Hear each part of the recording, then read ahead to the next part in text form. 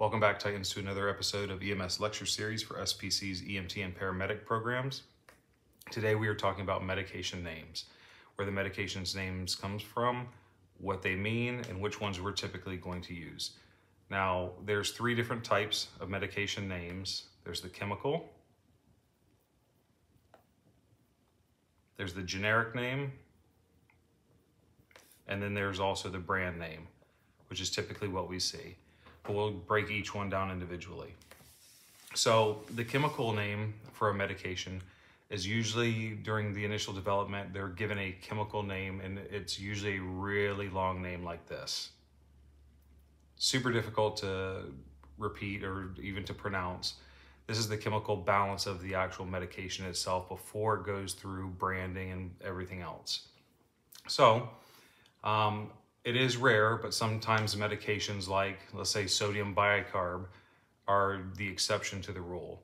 That's their chemical name. It's also the generic name for it, and that's typically what we see, and we call it sodium bicarb. So the second one is the generic name. Now, this is the non-proprietary or a generic name that must be approved by the Names Council in the World Health Organization. Now, the generic name is regulated for consistency and also stems from other names of other medications that are similar. Think your LOLs, labetalol, atenolol, metoprolol, those things. Everything that ends with an LOL is typically a beta blocker.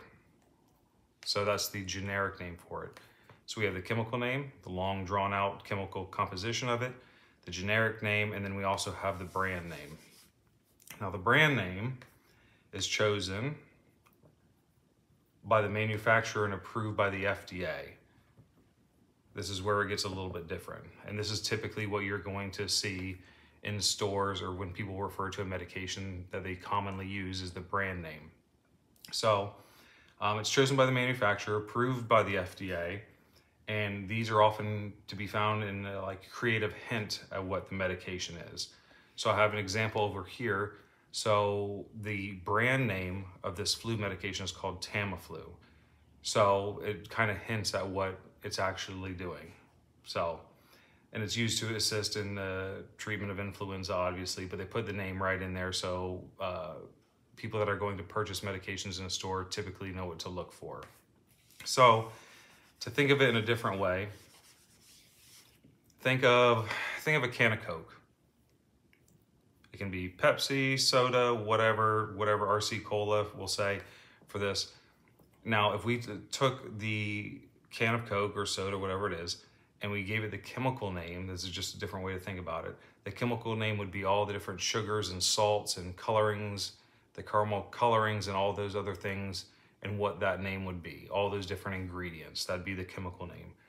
The generic name, if you think of a big line of all the same flavor sodas, that's just the generic term that people use for it, either pop, soda, Coke, whatever.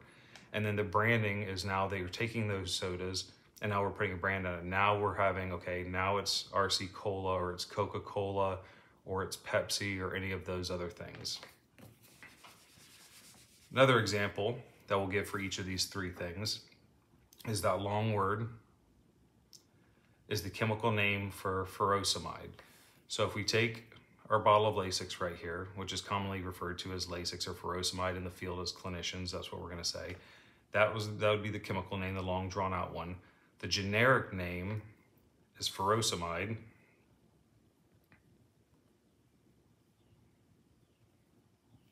And then the brand is actual Lasix. So the more you look at medications, we typically don't use these or even see these. These are all in production. You're going to see the generic and the brand name.